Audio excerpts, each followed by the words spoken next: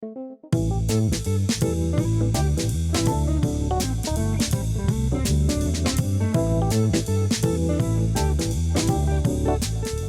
I'm going to be making some truffles that are low carb.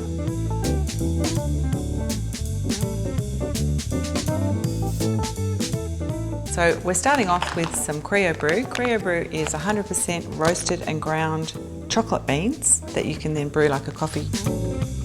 We're going to mill this up a little bit because it's still got the fat content in it of the chocolate bean, so it's 100% cacao. There's nothing removed or added. We're also going to mill it with some cacao powder. So this is raw cacao powder. It hasn't been roasted, but we have the roasted profile there, so it's slightly different. So the cacao powder will help the Crio Brü mill down to a finer dust. So we're going to mill that together for about 10 seconds to make chocolate dust.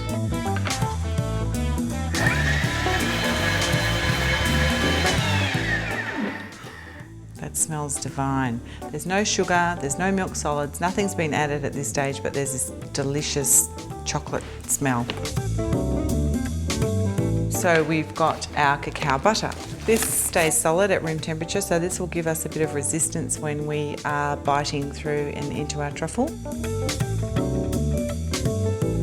And then also some coconut oil. I suggest using organics, it's quite a nice clean taste.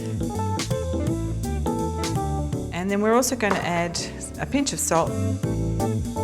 We're using nat Via again, so a couple of tablespoons. And you can use any low-cal or low-carb sweetener that you prefer. It's up to you, or you can leave it out if you really die hard. Also, I'm adding some vanilla bean paste. Not a lot of sugar in this. So now we're going to blend all of this together for 1 minute on speed 7 or 8. Occasionally you might have to stop and scrape down the sides of the lid and the bowl. Just have a look and see what's happening in there. We want to keep going because the fat hasn't completely melted, and that's what we're after, is a nice liquid consistency. So another 35 seconds. So now we're going to add in some pecans that I've already toasted. And you'll find that the liquid consistency of the truffle mixture will keep these into pieces. So if you put these in at the beginning, they'd just be fine and you'd have no crunchy texture. So we're adding them now so that we have a little bit of crunchy nuts throughout the truffle.